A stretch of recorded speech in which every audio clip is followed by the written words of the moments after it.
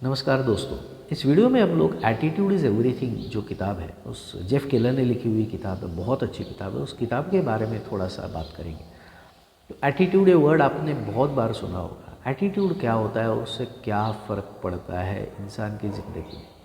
इसका एक एग्जाम्पल मैं किताब में से ही आपको देता हूँ।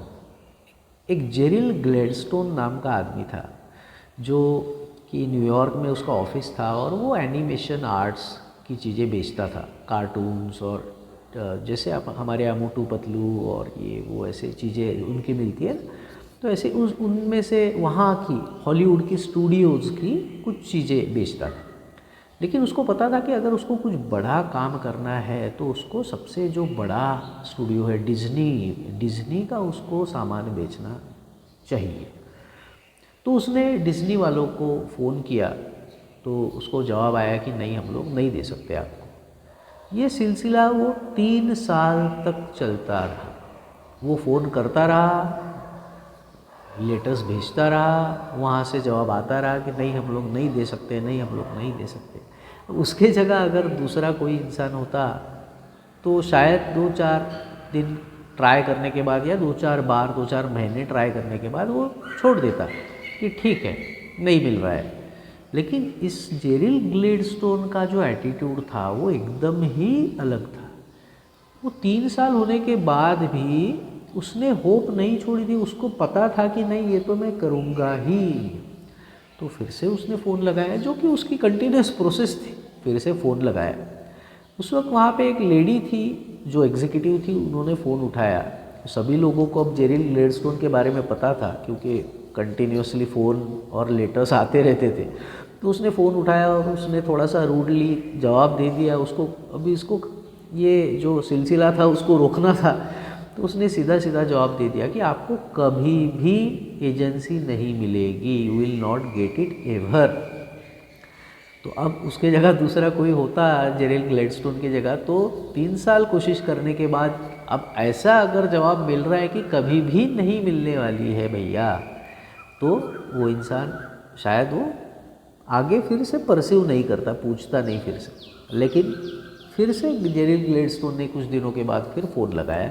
इस बार एक आदमी ने फ़ोन उठाया, एग्जीक्यूटिव ने, और सभी को पता था उसके बारे में। अब इसने भी सोचा कि भाई इसका आज मैं मतलब फ़ाइनल कर देता हूँ, तो इसको अब कैसे मैं ये कर सकता हूँ। उसने एग्जीक्यूटिव ने जेरिल ग्लेडस्टोन को बताया कि हम लोग आपको अभी वहाँ पे न्यूयॉर्क में नहीं दे सकते।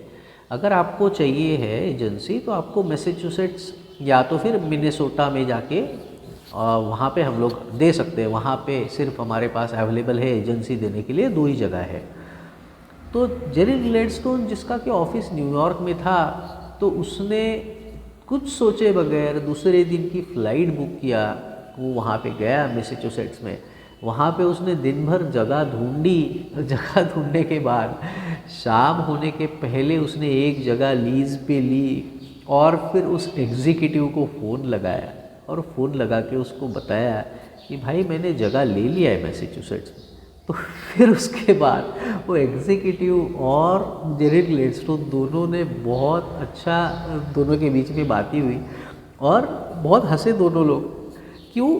क्योंकि उसका एटीट्यूड ऐसा था। आखिर में एग्जीक्यूटिव ने बोला जेरिल ग्लेडस्टोन को कि हम ऐसे इंसान को कैसे हम लोग डिनाई कर सकते हैं एजेंसी, जो कि 3 साल से इस चीज़ के बारे में पीछे पड़ा हुआ है और जिसको हम लोग जब बोलते हैं कि भाई इस सिटी में नहीं मिल सकता, यहाँ जाना पड़ेगा, तो दूसरे दिन को वो वहाँ पे जगह ले लेता है।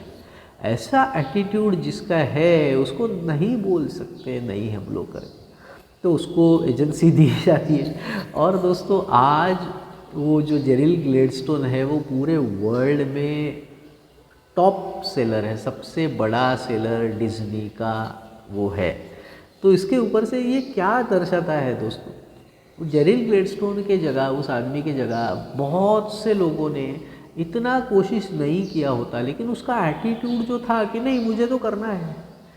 तो ये जिसका एटीट्यूड रहता है वो पीछे रहना बहुत मुश्किल होता है। एक इंस्टेंस सिर्फ इस किताब का मैं बताता हूँ और उसके बाद ये वीडियो हम लोग यहाँ ख़त्म करेंगे।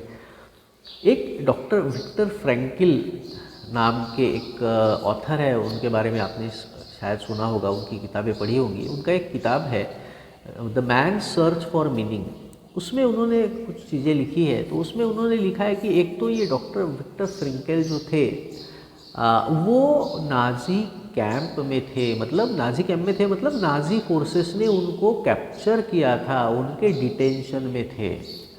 तो वहाँ पे उनके साथ हज़ारों लोग थे, वो बहुत अत्याचार किया जाता था, मारना पीटना और जो जो आप सोच सकते हो वो सब किया जाता था। और इससे भी ज़्यादा बुरी चीज़ ये थी कि उनके जो सारे रिलेटिव्स थे, जो सारे ब्लड रिलेशंस थे, उनके माता पिता भाई बहन बीवी, सबको उन डिटेंशन कैंप्स में या तो गैस चेम्बर्स में मार दिया गया था। तो कोई भी उनमें से ज़िंदा नहीं बचा था। और उनके आसपास जो फिर उनके साथ जो डिटेंशन कैंप्स में जो और भी कैदी थे, वो भी या तो दिमागी तौर से पूरा उनका संतुलन बिगड़ रहा था, कुछ लोग मर रहे थे क्योंकि खाने को नहीं मिलता था, बहुत टॉर्चर होता था।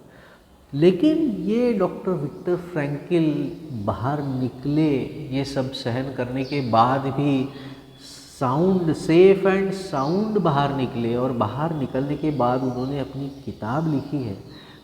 उस किताब में उन्होंने लिखा है कि आप किसी को टॉर्चर कर सकते हो, बहुत कुछ तकलीफ़ दे सकते हो, लेकिन आप उस इंसान से एक चीज़ कभी नहीं छीन सकते हो, जो कि उसका एटीट्यूड है, जो उसका पावर है कि नहीं, ये मैं डिसाइड करूँगा कि आप मुझे जितना भी तकलीफ़ दो, कुछ भी करो, लेकिन उसके बावजूद मुझे मेरा कैसा एटीट्यूड रखना है।